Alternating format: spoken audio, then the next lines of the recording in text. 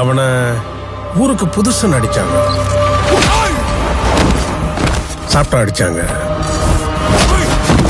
தூங்குன அடிச்சாங்க, தலைய தூக்கி பார்த்து அடிச்சாங்க, எதிர்த்து பேசின அடிச்சாங்க, எதிர்த்து நின்னாலும் அடிச்சாங்க. ஆனா ஒரு நாள் அவன் அடிச்சான்.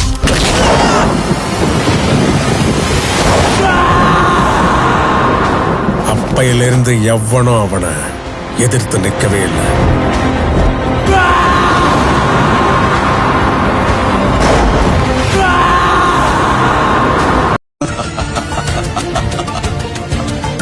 என்ன ஜெயிக்க என்னோட வாழ்த்துக்கள்.